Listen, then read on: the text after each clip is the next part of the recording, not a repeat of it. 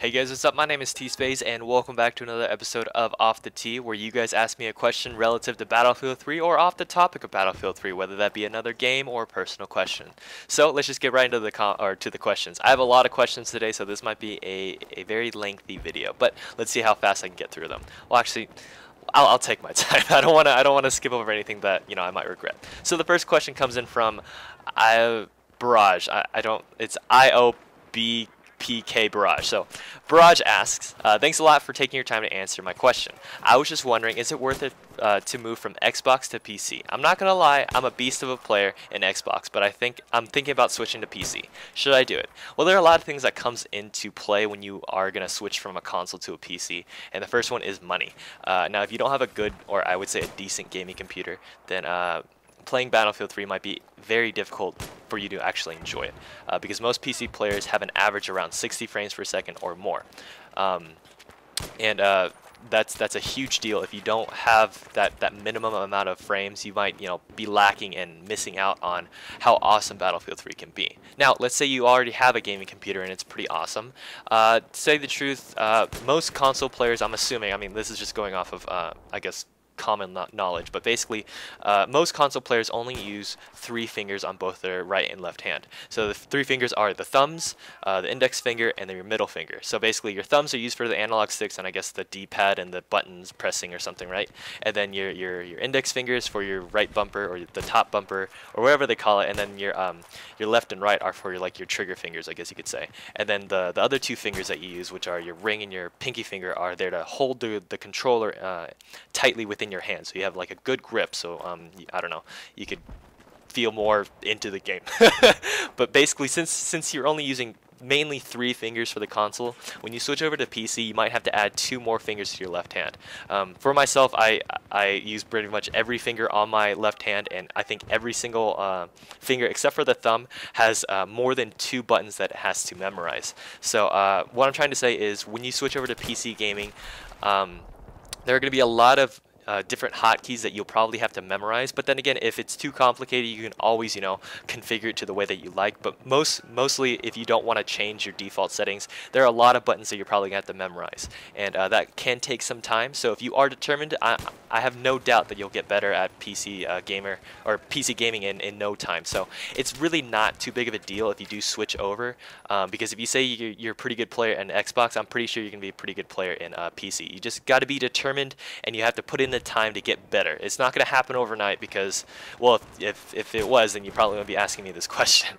But I hope I answered that question to the fullest. So actually, last part of the question was, should I do it? I personally think you should do it, because playing on PC is it seems like it's a lot more fun than playing on consoles. I'm just saying, because we get everything, while consoles kind of get the shortened, kind of smaller version of Battlefield 3. Like, Battlefield 3 for the consoles is kind of like they're missing like 1/3 of the content, and that's kind of bad. So in my opinion, I think you should do it. But I mean, if you don't want to, if you change your mind after you see this this commentary, then by all means do you do you. Yeah, just do you. All right.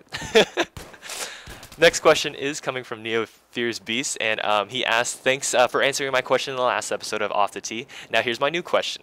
What are your thoughts on DICE releasing Battlefield 4? I think they should focus on making Battlefield 3 the perfect game first, before they send out DLCs, maps, and all like that, and starting to look towards Battlefield 4. I'm starting to get annoyed, and personally, I'd rather have a perfect BF3 than more realistic issued field full BF4. I do think that they are kind of rushing this a little bit, and I apologize. I just couldn't read that question that well. God, I'm stupid. Anyhow, in my opinion, I think they are a little. They're rushing things a little bit. I think ever since EA bought out DICE, DICE has been rushing out games after games after games. I think. I don't know if this is true, but isn't DICE working on Medal of Honor 2? No, they're probably not. Anyhow, but basically, they're just rushing out these games, and I don't really think they're taking their time with it. A lot of people have been joking about how Battlefield 3 is kind of the beta to Battlefield 4, because since Battlefield 3 was probably the first game, I think, or at least first FPS shooter that was made with the Frostbite 2 engine, the developers weren't really sure how to actually play with it. It seemed like they were probably fairly new to the software, and they just didn't know how to operate it correctly. I mean, there are a lot of bugs in Battlefield 3 that they still haven't fixed, and they're kind of very slow on to fix these. But the main reason I think for this being slow updates is because they're working on Battlefield 4. So in a sense it's bad, but then in a sense it's good because we're getting a new game sooner, but then I don't want them to rush the game. So yes and no. I don't really, yeah. Alright, the next question is MyCod127, and he asks, now here's my question. With the new Armored DLC coming out, what are your expectations with it? Will it be badass or just full of snipers? Also, do you think it's for PC players or more console players? To tell you the truth, I am extremely excited for the new DLC to drop in September. The maps look awesome, they look really big, and they just look cool. They just look really fun to play. Now, I don't really think it's going to be full of snipers, or I mean, I'm not going to say that there aren't going to be any snipers, but I'm pretty sure that there are going to be a lot of snipers in I guess the first week, in a sense, because since they're big maps, everyone gets those long range shots and like that. But I wouldn't really worry about that too much, since those long range shots are quite difficult to get. But then I'm assuming your worry is, oh, everyone's going to play sniper and no one's going to play the objectives. I'm just assuming that's your question, or what you're trying to get at. And yes, that could be the case, but another problem that you might want to worry about more is the AC AC-130. To tell you the truth, when people cap the AC-130, I'm pretty sure everyone in the server, at least on that team, is going to be camping the AC-130 so they can try it out. I'm not going to lie, I'm pretty sure that's going to be the case for the first, I don't know, a couple days, until everyone's like, okay, well, I tried the AC-130, it was okay, or oh my god, I tried the AC-130, I want to try it again, it was so awesome. So I wouldn't really worry about the maps being full of snipers. I would just worry about people kind of trying to hog the AC-130. I don't know how they're gonna work it out, but we'll have to see. And even though that they are gonna be bigger maps, I'm pretty sure DICE will do an okay job condensing them down to consoles. But my personal opinion is I think these maps are kind of specifically made for PC players, since the bigger maps are available for us PC players.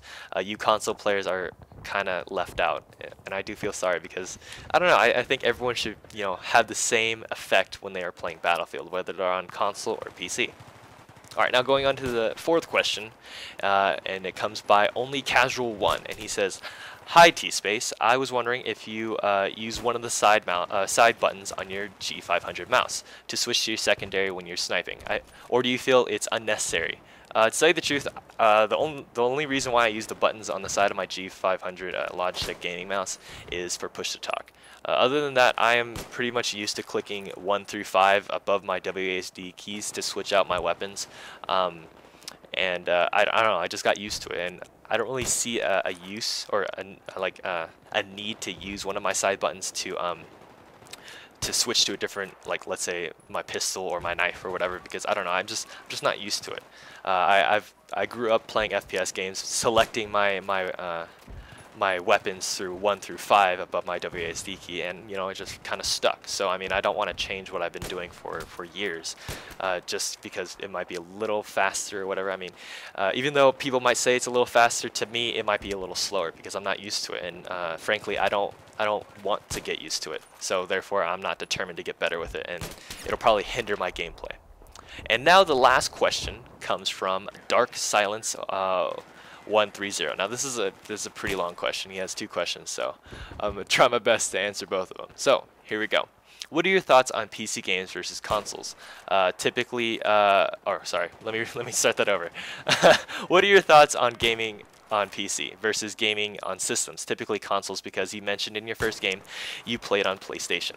I don't mean to start a whole console war between PC and console, but when I play Battlefield 3 on console, it's quite difficult.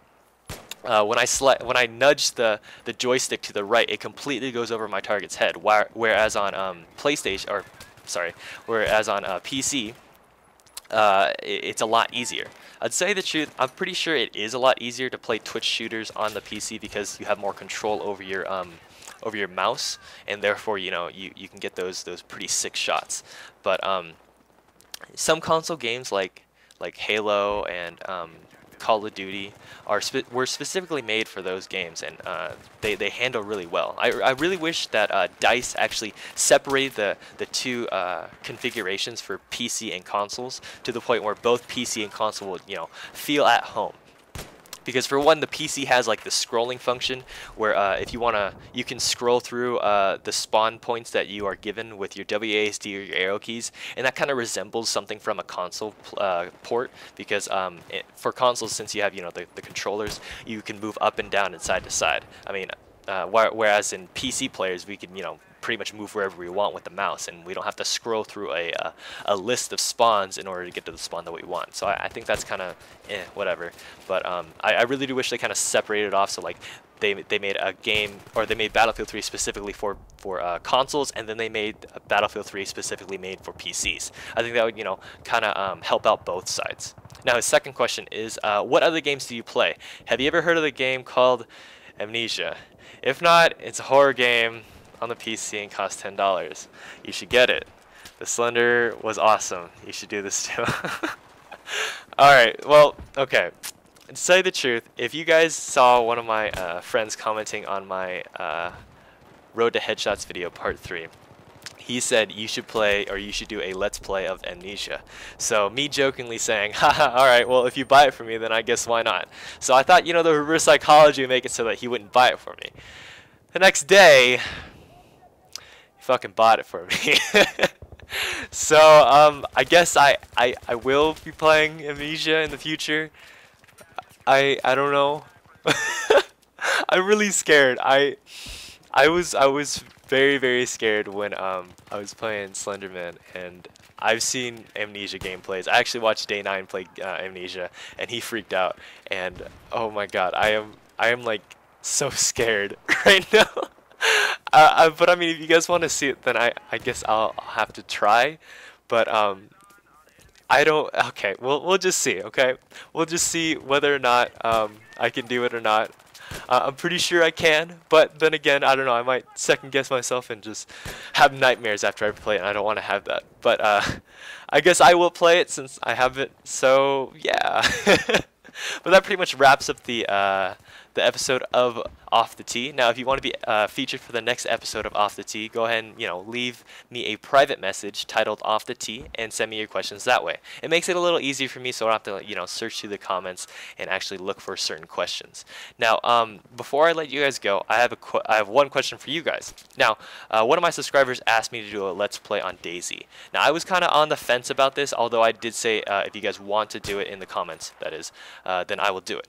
But the reason why I was on the fence about doing a Let's Play on DayZ is because in DayZ there's a lot of running, like a lot of running. It's quite boring when you do do these long marathons just to get from, let's say, Cherno to the airfield, which is 2 different places, and they're like really far away. Like that distance I think is like almost a 20-minute walk or a 20-minute run. So that's quite boring if you just want to see me running. So I want to, really ask you guys, if you want me to do a Let's Play of DayZ, then I can. But if not, then I'll just stick with the, the whole highlight reels of DayZ, because it'll be a little more fast-paced. But so tell me, what you guys want in the comment section below. But also tell me what you thought of this video in the comment section below, and give me a like or dislike so I know for sure. If you like what you saw, go ahead and subscribe to my channel. And once again, my name is T-Space, and I will catch you guys later. You guys are amazing. Okay, I love you guys.